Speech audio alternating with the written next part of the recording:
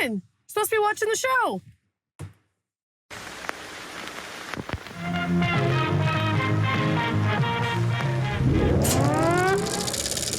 Coming to get you, Barbara. This time on Graveyard Carz, Will moves the Daytona into the booth to lay down its final primer.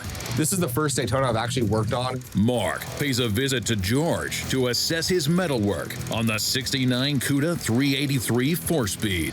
That looks really good. Thank you. Then, Will gets a big surprise when Mark takes over his paint booth to move a project ahead of the queue. There's no notes. I'm not sure what exactly he wants done. And Mark works with Alyssa to show her the ropes on a car the Ghouls rarely see, a 1972 Tawny Gold Duster. In Springfield, Oregon, Mark Warman, together with his skilled Ghouls, It has been established that the unburied dead are coming back to life. bring classic Mopar muscle cars back from the dead to look like they did the moment they left the factory floor. Because of the obvious threat, this station will remain on the air day and night. Just got the Daytona back from our body man. Got the body work done from start to finish. I primed it, gave it back to him. He blocked it out, fixed a few imperfections. It's in the booth right now, and I have our second coat of primer going on it. Then from that point forward, the car is mine, and we'll be getting it ready for paint. This is the first Daytona I've actually worked on, and the cool thing with this car, it was a running, driving car. It was an original Survivor, and those are hard to find. But it's a cool car, and I'm excited to do it. When you're working with such a great car, the process goes that much quicker. I'll have this over in assembly here in the next couple months.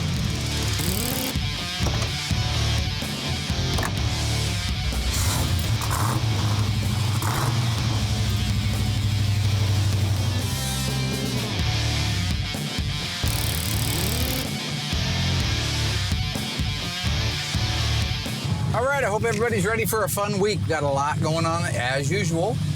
Now, my main man Will, my toucan Sam, my can of Spam, my green eggs and ham, going to do the final primer and block on our 1969 Charger Daytona. It was a borderline survivor, so we had a debate over whether we restore it or don't restore it. We opted, for the right reasons, to restore the car.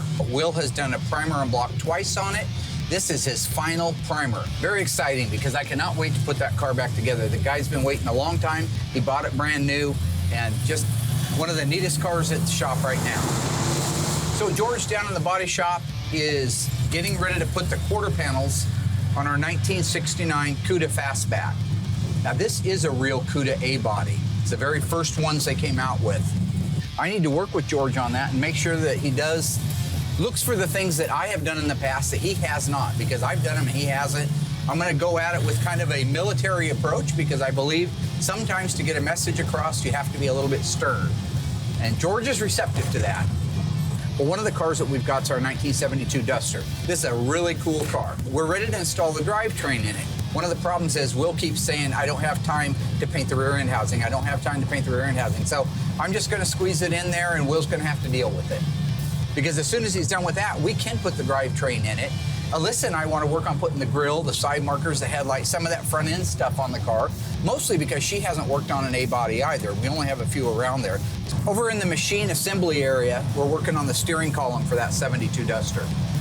And lastly, one of my main goals is if I can get Will to paint the rear end for the 72 Duster, then I want to get together with Justin and Doug and round up all of the drivetrain and get it installed in that car. As soon as it's installed, as you all know, we can lower it down, put the wheels and the tires on it, and now it's a mobile car. So then we can roll it forward and start putting the interior in it. So in a perfect world, that's gonna be our week. And I wanna wish me luck. You might have noticed that I've lost some weight, but not all of it. And I'm going to go to meet my favorite morning morsel of food. All right. They love it when I come in here in the mornings. You know, they're all pretty young, so they get excited. Oh, there's TV stars here, you know. Good morning. McDonald's, how can I help you? Usual. All right, what would that be, sir? It's Mark. Mark from Graveyard Carz. I'm sorry, sir. That name doesn't ring a bell. I'm not sure. Gonna have the 2 for $5 sausage egg McMuffin and a large Diet Coke. All right, thank you. Yeah. All right.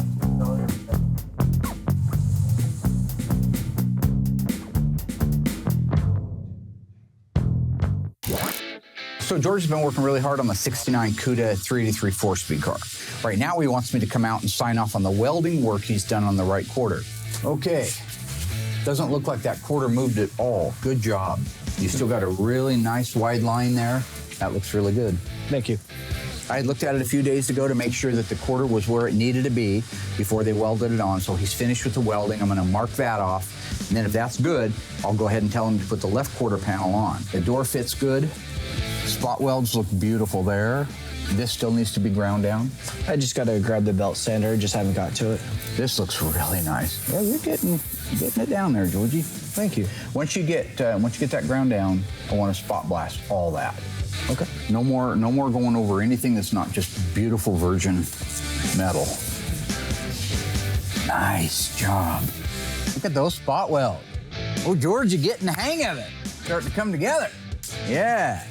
Same thing here, looks really good. Nice trough there, that'll fill nice. But again, what are we gonna do before we put our panel bond adhesive down? Spot blast it. That's right.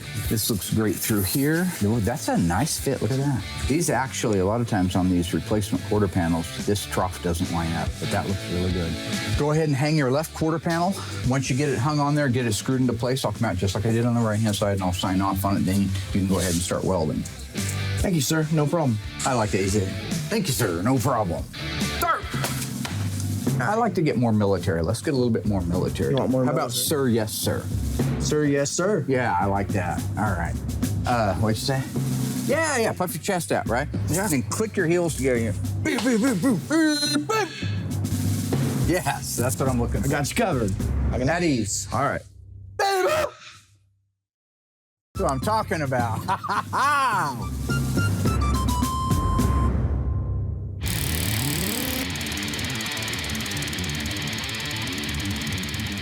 So we're gonna work on our little 1972 Duster 340 car. Cute little car, it's really coming together nicely. I was never a big fan of that particular year of Duster, and I've never been a huge fan of the Tawny Gold, but it's a really pretty and cute little car. Plus being a 344 speed now, I know the owner's gonna love it. So what I want you to do is to put on as many parts as you feel comfortable doing. I've got to help with the bigger ones, like the grill and the bumper. Alyssa gonna work with me on installing the grill, the headlight doors, the bumper filler, the bumper, and the front side markers. So just a series of things to put together on the car, and that front end will be completely wrapped up. These are our side marker lamps. Intricate things. She's still a little bit like a kid, you know, they want the big sparkly stuff. So going over the mundane things that make a dash work, you can kind of see her check out. The assembly line marking, she's getting better at it, but I think it's a little bit less flashy than this'll be. Putting the beautiful shark's tooth grill in with the bright headlights and the headlight doors. I mean, that's all, I guess I hate to say it because it sounds disparaging, but those are shiny objects, and she enjoys looking at shiny objects. So go ahead and put that in there. Press it into place so it's nice and flush, and then just gently run that nut up against it. You don't have to reef it down. As soon as that nut touches, you let go, you're done. So the only thing we got to do is put our side marker lights in. Okay. So you see how there's a square, a square, a square, and a square? Yep. Those line up in the actual unit itself. Once it goes in, you give it a quarter of a turn and it parks. So let me see how that thing works. Got it? Yep. Good enough. All right, go plug the other side in real quick. We have the left and the right-hand side markers installed in the Duster. Now we can move on to the very front part of the car, which is the grille, the headlight doors, the filler, and the bumper. So you have this slot here and this slot here. So what we're gonna do is that slot right there is gonna take a special position in this adjuster. The reason we call these adjusters is you have to aim your headlights. Headlights can go all over the place. Now back in these days, it was just a sealed beam bulb. It had these two adjusters up here and a spring that preloaded it. So as you ran it in, it'd point it towards the ceiling. As you backed it out, it'd point it towards the ground. So somebody, if they're blinding you coming down the road, didn't have their headlights adjusted right. We're gonna put that one in there, and then that one slides up into there. And with those two in place, I grab my handy vice grips and I bring it out to here, clamp it, let go, and it is now in position. Okay. So the next thing to do is grab a headlight and that ring that we pre-fit onto it. Okay. plug those two together. Beautiful. Yep. Good job. Now hold that, don't let it rest. Set that in there and find, now once that's all into place, take the face of it and try to, you can't notice how it's all in the cogs like it's supposed to be. That means you're right as rain. So then the last thing to do is to put this on, and you want to just come in. Got it? All three are in place. That one fell out, right? No worries, no worries. We've got the right-hand headlight in. We'll go ahead and put the left one in. Once that's done, we can install the grille.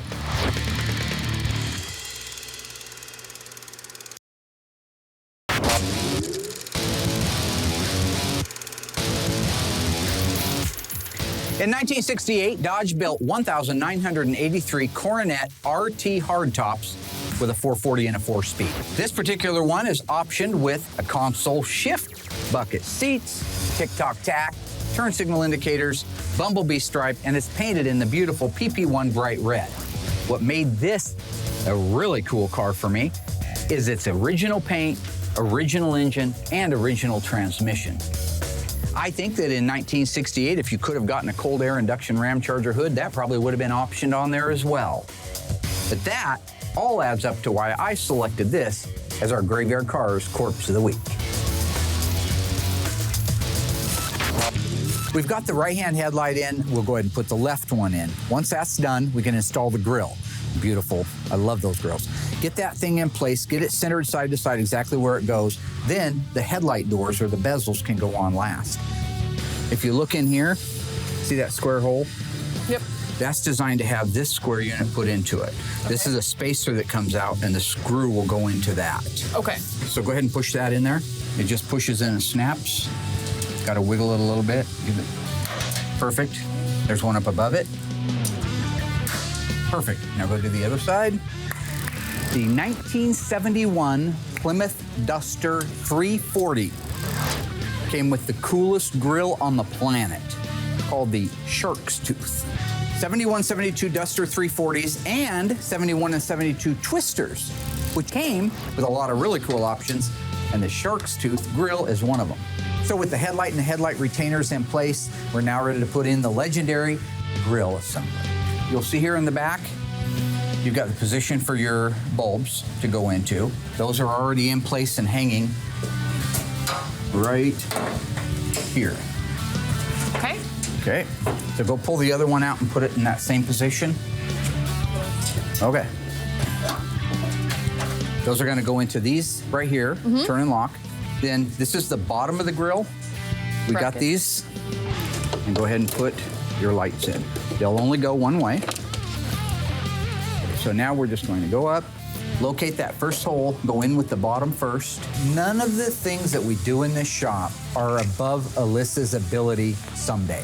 So if she builds her foundation based on what I and the other guys are trying to teach her here, I have no doubt that once I shuffle from this mortar coil, Alyssa would be able to run this place just fine. So we want to make sure we're down in all of our tabs. Looks nice.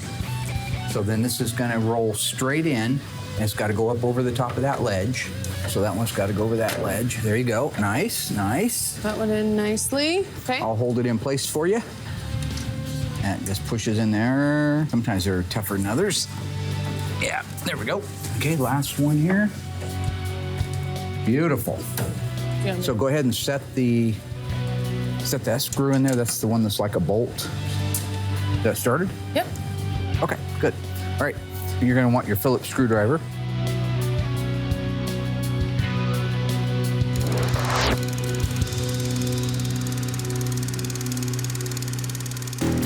All right, my ghoulish friends, it's time for a little graveyard trivia.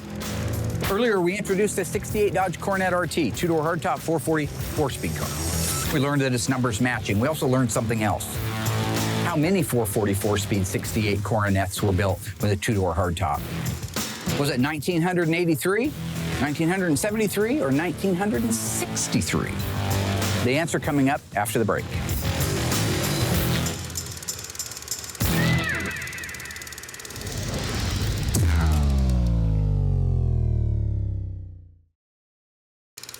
All right, my fellow ghouls, how did you do on this week's trivia question?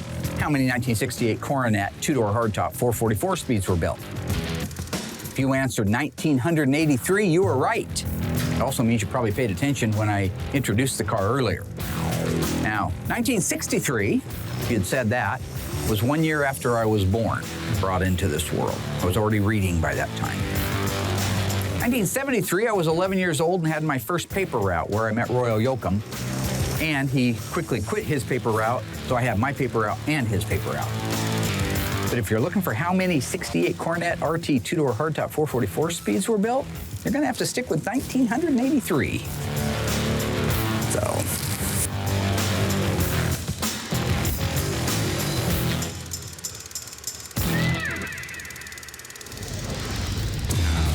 So in typical Mark fashion, I come back from lunch and he has actually taken the time to remove all the stuff I was painting from inside the booth, outside the booth, and there's a rear end in there. There's no notes. I'm not sure what exactly he wants done. So at this point, I'm just gonna spray it black and get it back to him. Every rear end goes black, but a nice heads up would be good from time to time, or just don't move my. So at this point, I'll just paint it and be done. In years past, Mark has been great at interrupting and disrupting the flow out here. Recently, it hasn't been too bad, so I can deal with this as long as it's not an everyday routine. So if I don't shoot this rear end right now, then he's gonna come out and be like, hey, why didn't you do it? They all go black. So just easiest to go in there and get it painted black. Good, can I get that now? The rear end. Well, I need it. Well, it's wet. Well, can't you broil it or something? Broil it? Bake it? Yes, I can bake it. Uh-huh. Do you want me to bake it? Yes. Hurry. I need it right away. Do you see what I'm doing here? What are you doing? We're filming right now. You are? Yeah. Yeah. Oh, no. Okay. All the rear ends, Cousin Dougie takes them, sandblasts them, does a really good job at prepping them. He really does great. So, you know, when you go in there, it's bare metal. So the only thing you really have to do is put a coat of DP90 on it, and that way the paint will stick to that. The black is all done in a single stage. It does take 4 to 5 hours before I can pull it out of the booth. And before they can handle it, it's actually going to be the next day.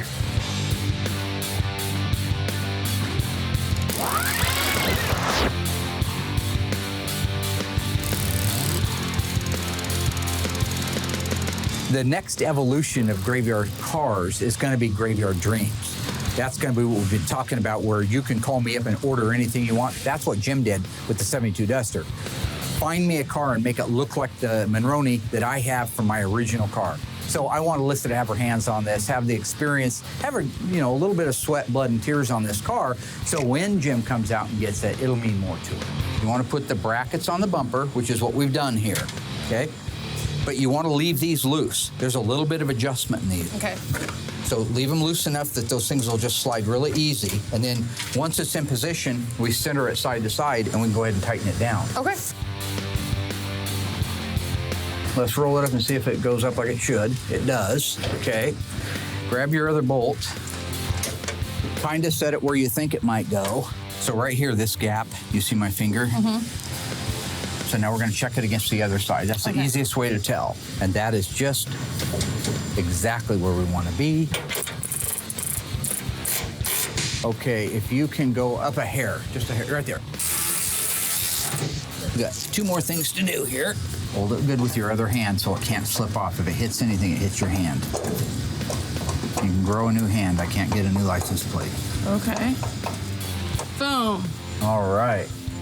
Looks good. The only part I have left is I want to put the emblem on the hood. I worked on this car. I watched it go through the shop. So to be able to put it on it, it's like your signature at the bottom of the page.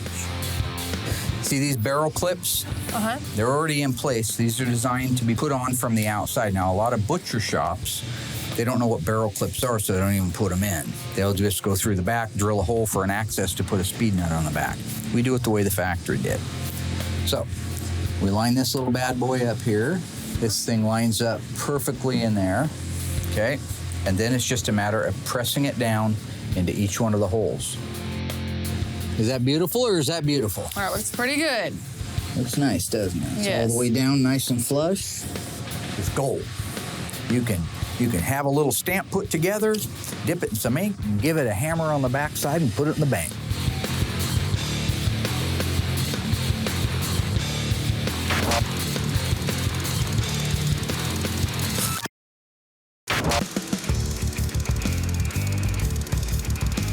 It's 1975, you're looking to buy a used car.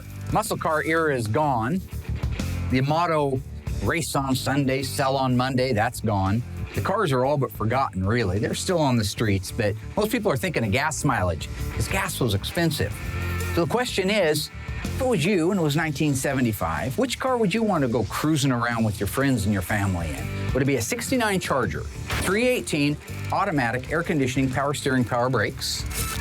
Or are you still holding on to the past and you want a 69 GTX, 426 Hemi, 4-speed, manual steering and manual brakes? Go to graveyardcars.com to cast your vote, and next week live on Facebook, we'll announce what you chose. So far, Will knocked out the primer on the Charger Daytona right before Mark took over the booth and pushed the Duster's rear end ahead of the line. Mark checked off George's metalwork on the 69 Cuda and instructed him on the finer points of a proper salute. Still to come, Mark checks in again with George to test his military metal. Attention! Then builds out the Duster's steering column. And with the rear end painted and broiled, the Ghouls might have time to install the Duster's drivetrain.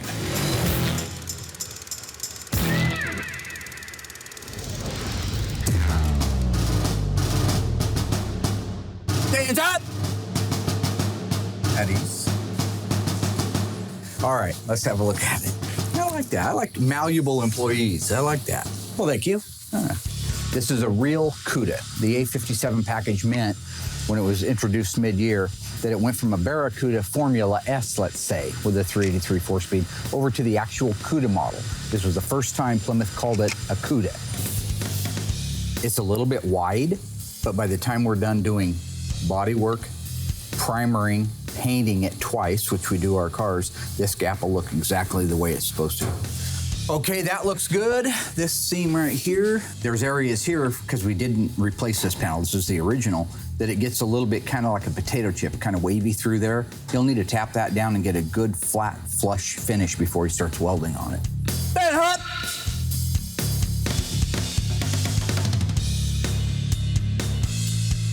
Okay, at ease. Oh, you already had ease. No, I went as soon as you said it. You had ease before I had ease you? No. Don't do that, man. You've got a really nice line right there. This one looks just like the other side. That's a good gap to start with. So I would like to start at the front of the car and get a military sign off. Attention! Cowl cut nose installed and welded. Sir, yes, sir. Front floor pan cleaned, cut, trimmed, and installed. Sir, yes, sir. Rear step wells left and right, clean, cut, trimmed, and installed. Sir, yes, sir. Under seat pan, clean, cut, trimmed, and installed. Sir, yes, sir. Trunk floor pan, clean, cut, trimmed, and installed. Sir, yes, sir. Right hand quarter. Sir, yes, sir. It is installed. At ease. I'm gonna start running this place a little bit more like a military establishment, I think. As you were. Thank you. Only two things coming out of Texas. And don't leave that in there, because if you're from Texas, that was...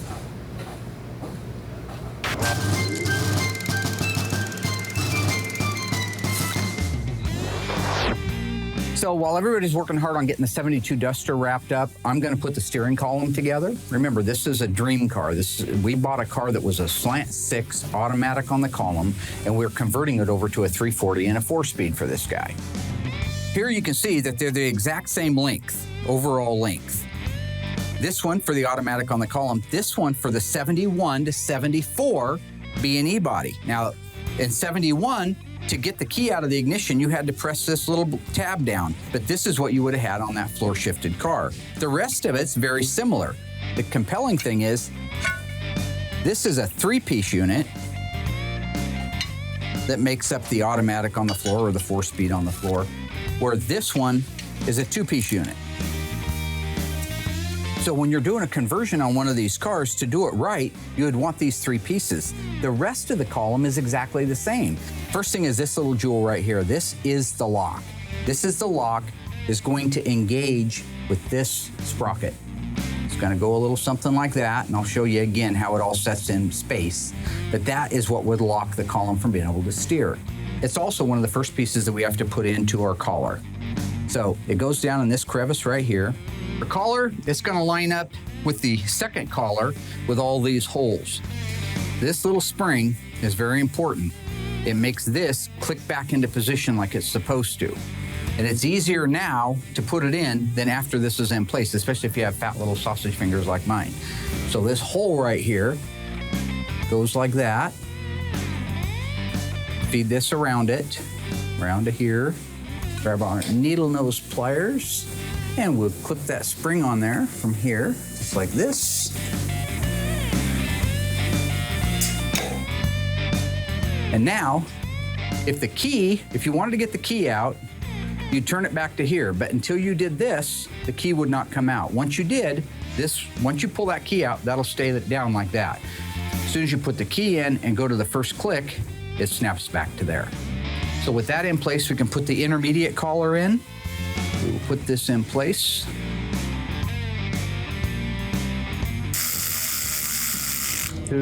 Okay, next thing we're gonna put in is the ignition switch. So it's a lot easier to do out here on a bench.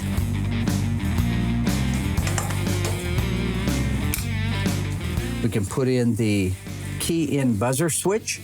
It's gonna go down into this locating hole and this screw hole.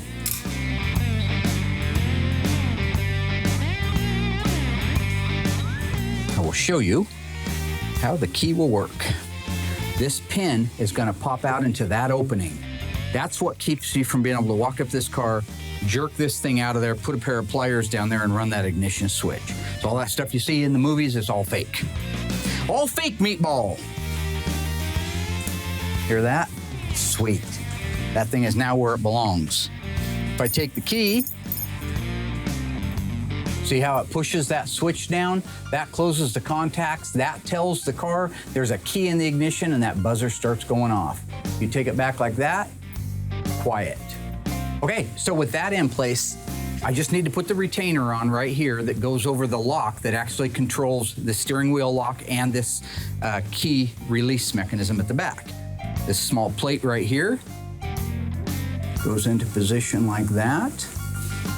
That centers that lock so it can't jump around. It holds it in place, but you have to put it on after everything else is in place. Put your key in, tab goes down, says there's a key in the ignition.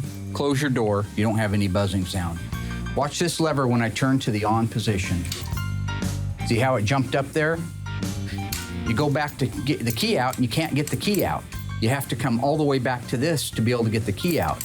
To get that key out, you press this down. Now it goes all the way back to the position. You can get your key out. This piece will go on after we put the steering shaft through the column. It'll go on there. Then we'll put the turn signal, the four-way switch, all that's one unit. We can put the steering wheel on it because I know they're getting ready to put the steering column in it. Once that's done, we can lower that car down, roll it outside, and see if we can get her running. Meeting adjourned.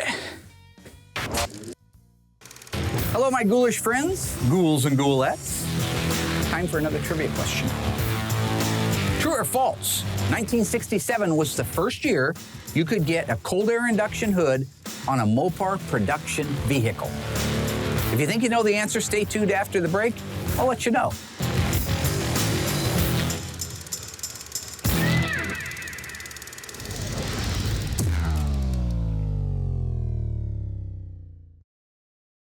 All right, ghouls, how did you do on that trivia question? Some of it I reveal earlier in the episode, some of it you have to know your Mopars. Was 1967 the first year for the cold air induction hood on the Mopar production cars? Well, if you answered false, you're correct.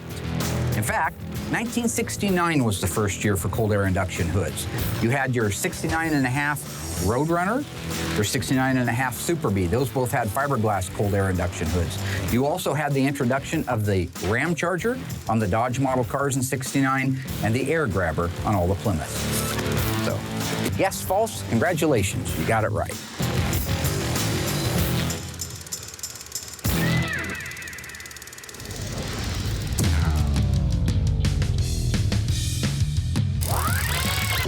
Today I wanted to talk about the 446 pack and the 346 pack. Now, of course, if those were Plymouth cars, it'd be the 346 barrel and the 446 barrel. These 3 two-barrel carburetor setups were available from 1969 and a half all the way through 1971, and there were a few that got out in 1972. Very low number. Now, this particular setup, I've already ran the numbers on it. The list number on the front of the carburetor, you see right here, is a 4144. That list number tells you what that carburetor was designed to start life on. In that case, the 4144, it was designed to go on a 1970 440 6-barrel or 6-pack with an automatic transmission and N95, November 95, which means it was an evaporative emission control, a California car. So I'm gonna put my little glasses on here. We'll just take a quick tour around this real quick. Called a 6-pack or a 6-barrel because 2, 4, 6. That's the basic gist of it. The outboard 2 carburetors, they are 500 CFM each, and the center one is 350 CFM. It's the center one that the car runs on most of the time when you're just driving around town. It isn't until you put your foot into it that it opens up these outboard carburetors. So you can imagine when your foot is to the wood, you're moving a lot of air and a lot of fuel through that engine. Over here you see the fuel rail, pretty crude. Just uses these little brass T's that connect the lines that come out of the carburetors together. This has been kind of modified considerably. This is the throttle stud that the throttle cable, which bolts right here, would come up and pull and operate that center carburetor, ultimately the outboards as well. This is the passenger side, and it's the passenger side that has the fuel rail I just talked about. Originally, this should come down here and then loop down into the fuel vapor separator, then go through another piece of hose, and then into the fuel pump. So in general, this is what these look like most of the time when we get them. If you look carefully at it, you'll see that originally these bowls were a yellow chromate. The whole carburetor was a yellow chromate. These screws originally are supposed to be a zinc finish on here. The nickel cadmium that you usually see on the throttle linkage, all gone, all electrolyzed, all rusted. This is typically a 6-pack intake manifold that you'd see on a car 50 years old that at one time probably ran pretty darn good, but now needs restored. What I want to do in another segment is take more time and show you the key differences between a Holley replica, thank God they make them, carburetor of the original 6-packs, and one that's been completely restored, looking the way it did the day it started life. So stay tuned next time for that. So now I'm in a position where I can hand off the assembly of the steering column to the greenhorn, and I can go back and do the other things that keep this place running.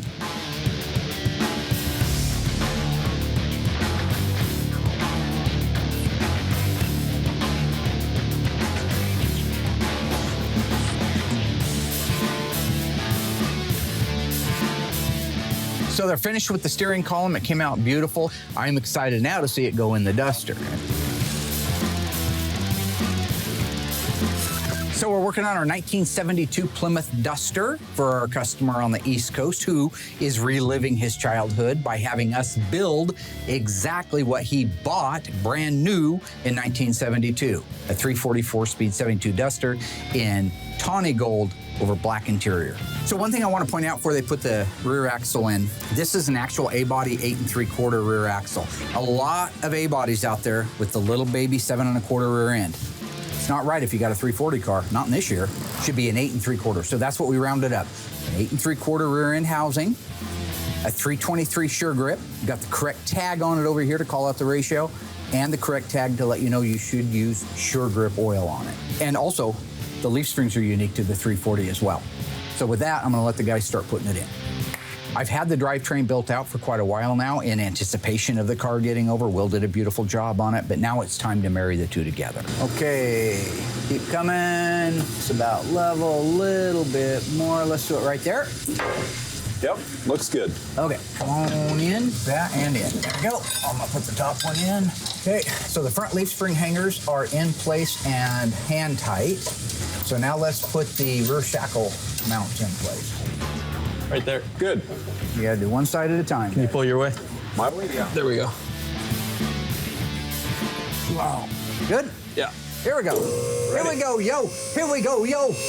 I think one of the cool things about this particular build, as is in the case of a few other graveyard cars builds, like Mark and Elena's 70 Cuda. Some of these guys had this stuff when they were kids. These are second day things, like you see the Krager wheels. The car left the showroom with regular Mopar wheels on it, the 14.6 rally wheel, and it had these tires on it. Jim couldn't wait to go down and get a set of 5-spoke Kragers, and that's what he did, and that's what we're putting back on the car. Once we have the rear end installed in these cars, that gives us enough counterbalance at the back that we can go to the front of it and install the K-member suspension and engine. Remember, it's quite a bit heavier than the rear end, so if we were to put it in first, there's a good chance the car could topple over front ways. But we've got that done in the back, so now it's time to load up the front suspension.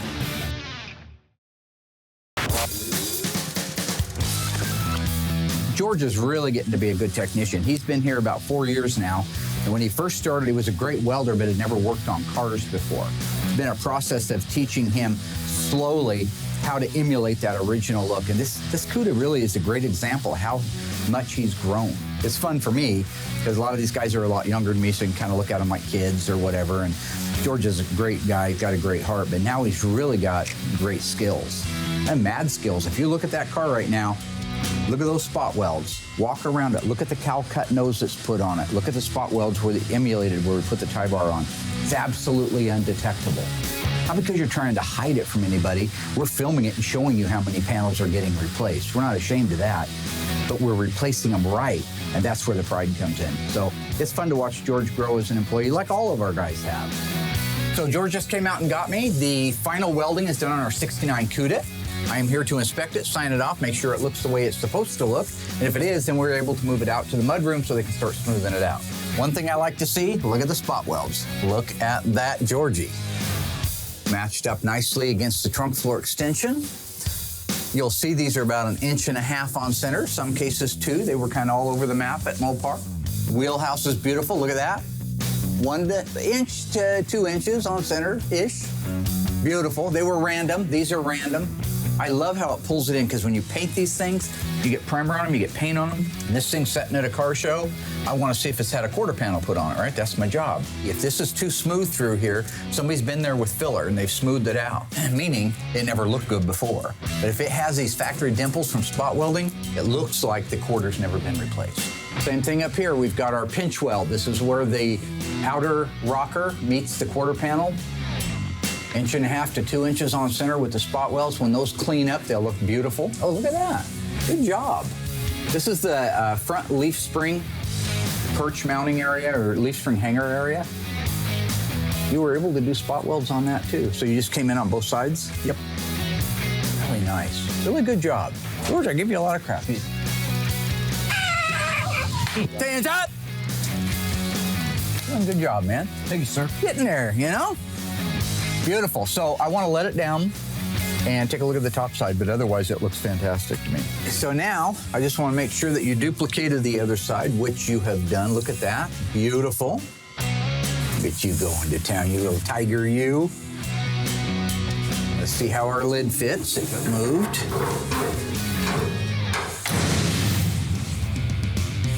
Beautiful. Looks awesome. Yeah, they can make that line really nice now. Okay, and you got your MIG welding up here. Remember, before we panel bond, I want to sandblast all this. I don't want any oils, gases, dirt, anything in there. I want that panel bond to be over bare metal, beautiful, new, clean bare metal. No problem. Okay, beautiful. Same thing here. This is another seam. This will get sandblasted and then get panel bond adhesive. So this gap right here is great. So if I was you at this point, I would put your name, sign your name on the back of the check, put the account number, and deposit it. Because that's money in the bank. That's what I like to hear. Money in the bank, big dog. All right, good job, George. Hey, Thank you, boss. you are the man. You are going to the show, Carter. You are going to the show. But I'm really going to the show, right? Oh, yeah.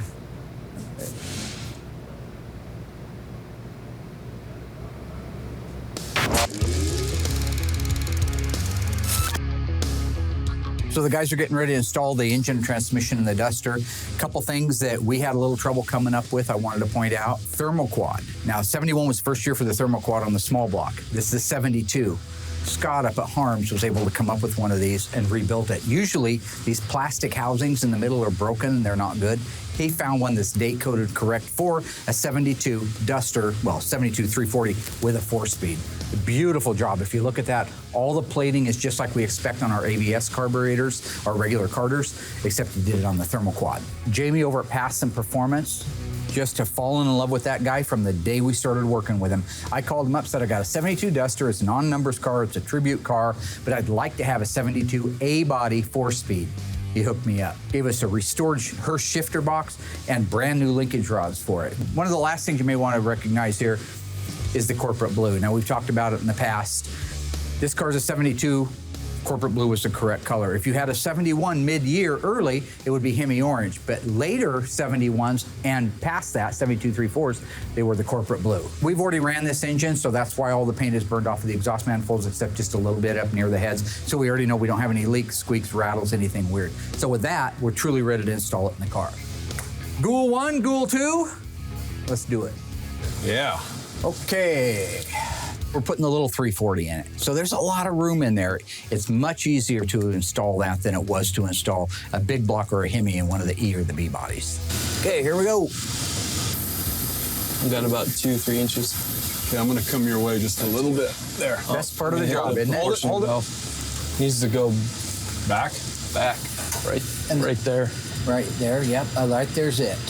You got to be able to work inside that car to put the dash and the seats and the door trim panels, put the glass back in it. A lot of things you have to have it off that lift for. So that's sometimes why we will install a drivetrain a little sooner than later, especially if we're waiting on parts for whatever reason. But now that it is all in, we can roll it forward and start doing the final assembly.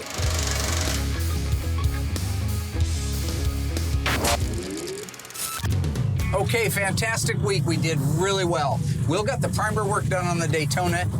It's going to be an absolutely stunning, stunning car.